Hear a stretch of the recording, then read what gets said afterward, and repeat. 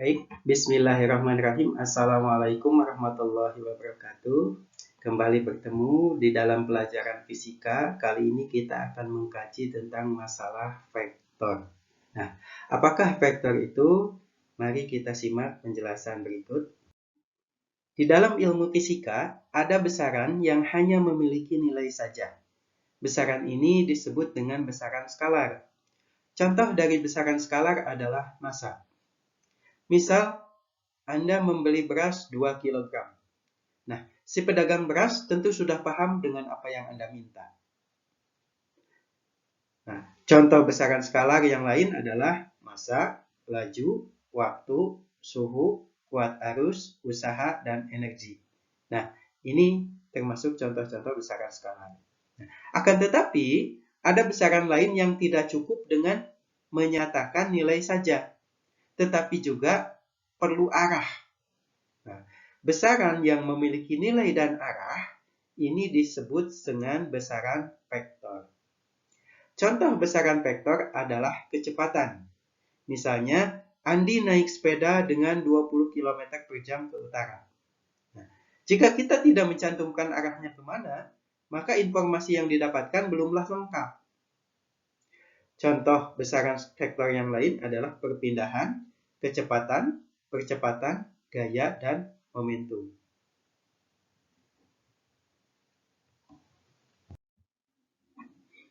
Nah, kita akan mengkaji besaran vektor lebih jauh.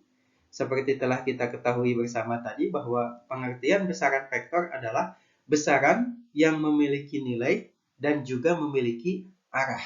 Nah, simbol besaran vektor dapat dinyatakan dengan huruf cetak tebal atau cetak tipis, tetapi diberi tanda panah di atasnya. Contoh untuk vektor gaya, maka simbolnya dapat Anda lihat di situ. Bisa berupa F pakai cetak tebal atau F biasa dengan tanda panah di atasnya. Nah, sebuah vektor juga digambarkan dengan garis berarah atau bentuk panah yang mempunyai titik tangkap atau titik pangkal permulaan vektor. Panjang garis menunjukkan nilai vektor, sedangkan arah panah menunjukkan arah vektor. Misalkan saya menggambarkan vektor berwarna merah ke arah kanan. Ini besarnya adalah F1 sama dengan 2 Newton.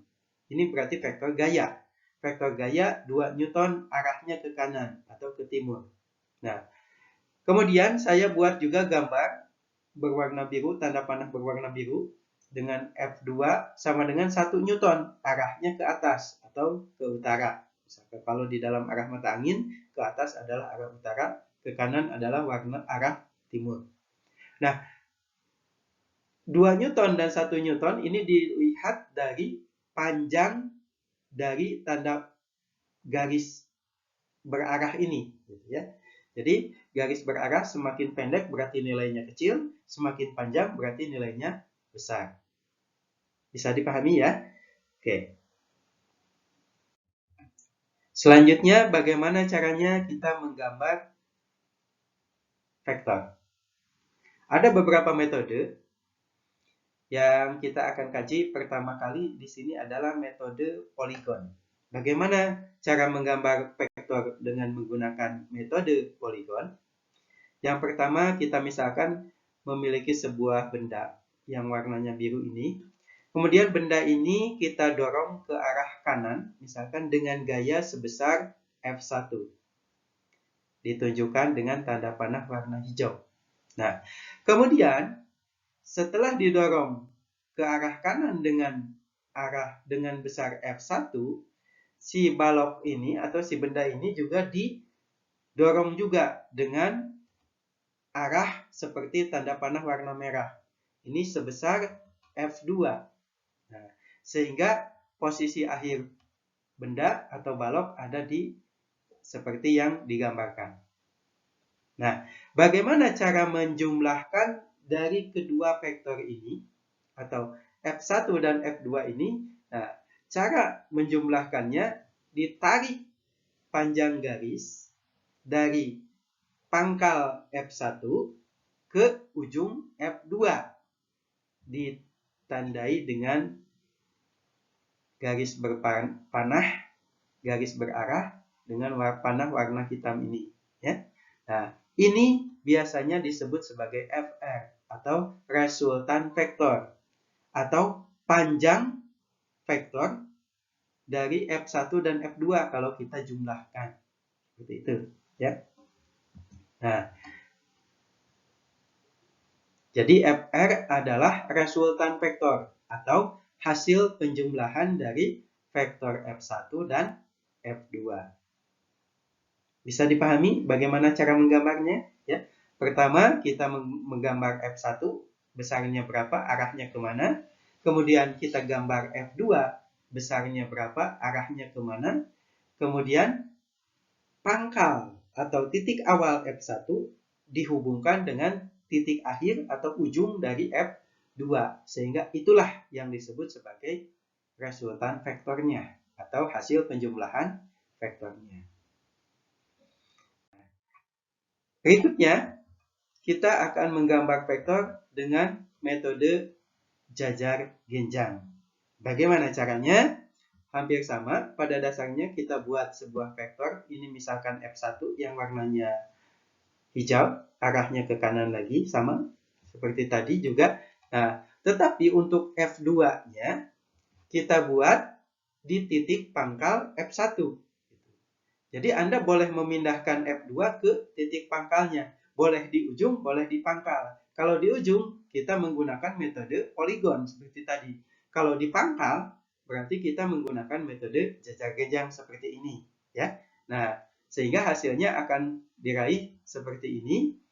Dan tanda panah berwarna hitam ini adalah vektor resultannya. Pada dasarnya hampir sama. Cuma perbedaannya hanya pada letak dari F2-nya. Yang poligon di ujung, yang jajar genjang di pangkalnya. Nah, selanjutnya kita akan menghitung berapa nilai atau berapa besarnya vektor resultan atau berapa besarnya FR dari vektor F1 dan F2. Nah, seperti yang sudah kita lakukan tadi, kita buat misalkan F1 tetap seperti itu dan F2-nya tetap juga seperti itu. Jadi kita menggunakan metode jajar genjang untuk mempermudahnya. Nah, kemudian Anda harus tahu juga sudut yang dibentuk antara F1 dan F2. Nah, di sini saya namakan atau saya buat simbolnya adalah alfa. Nah, bagaimana cara menentukan besarnya vektor resultan dari F1 dan F2? Nah, di sini kita akan menggunakan rumus matematika trigonometri yang disebut rumus cosinus. Nah, untuk supaya Anda memahami rumus trigonometri sinus, cosinus, atau tangen, nanti Anda akan pelajari di pelajaran matematika. Cukup sekarang Anda pahami saja bahwa nilai vektor resultan dari F1 dan F2 sama dengan akar dari F1 kuadrat ditambah F2 kuadrat ditambah 2 dikali F1 dikali F2 dikalikan kosinus sudut alfa. Untuk menentukan kosinus sudut alfa, boleh Anda cari dari mana saja informasinya, boleh dari internet atau boleh juga langsung menggunakan kalkulator menghitungnya. Sudut alfa kosinusnya berapa? Baik. Nah, sehingga kita akan dapatkan besar nilai FR yang bertanda panah hitam ini. Jadi panjangnya FR dapat kita hitung dengan rumus yang tadi. Nah, sekarang biasanya sering juga ditentukan sudut yang dibentuk antara F1 dengan FR atau F2 dengan FR. Nah, kita bisa menggunakan hubungan sinus di sini. Nah, kita simbolkan bahwa sudut yang berhimpit antara F1 dengan FR itu kita sebut saja sebagai θ1, sedangkan sudut yang dibentuk antara F2 dengan FR kita sebut θ2 di sini. Nah, hubungan antara alfa θ1, θ2, F1, F2, dan Fr dinyatakan dengan rumus sinus sebagai berikut, di mana sinus theta 1 dibagi F2 sama dengan sinus theta 2 dibagi F1 sama dengan sinus alfa dibagi Fr. Nah, untuk menentukan nilai sinus maupun kosinus, Anda bisa menggunakan tabel trigonometri atau menggunakan kalkulator untuk menghitungnya. Bisa dipahami ya? Oke. Nah, sekarang kita akan mencoba menyelesaikan sebuah soal. Misalkan sebuah balok diberi gaya seperti pada gambar berikut.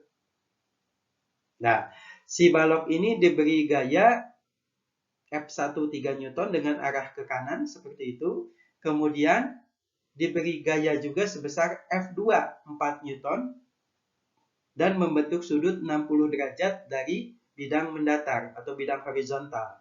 Nah, yang ditanyakan adalah besar dan arah resultan gaya yang bekerja pada balok. Nah, baik. Dengan menggunakan rumus kosinus tadi, Anda bisa menyelesaikan permasalahan ini, di mana besarnya vektor resultan adalah akar dari F1 kuadrat ditambah F2 kuadrat ditambah 2 dikali F1 dikali F2 kosinus sudut alfa. Kosinus sudut alfa, kalau F2 kita pindahkan ke kiri atau ke titik pangkalnya, maka sudut yang dibentuk antara F1 dan F2 adalah 60 derajat, sama seperti pada gambar. Ya, sehingga kita dapatkan besarnya vektor resultan adalah akar dari 3 kuadrat ditambah 4 kuadrat ditambah 2 dikali 3 dikali 4 dikalikan kosinus 60 derajat. Dari hasil penghitungan menggunakan kalkulator, nilai kosinus 60 derajat adalah setengah. Sehingga 3 dikuadratkan adalah 9, 4 dikuadratkan adalah 16, maka akar 9 ditambah 16 ditambah 2 dikali 3 dikali 4 dikali setengah. Hasilnya adalah akar dari 37. Dan kalau Anda menggunakan kalkulator, nilai akar dari 37 kurang lebih 6,08 Newton. Dan ini adalah besar resultan vektor dari F1 dan F2. Nah, bagaimana menentukan arahnya?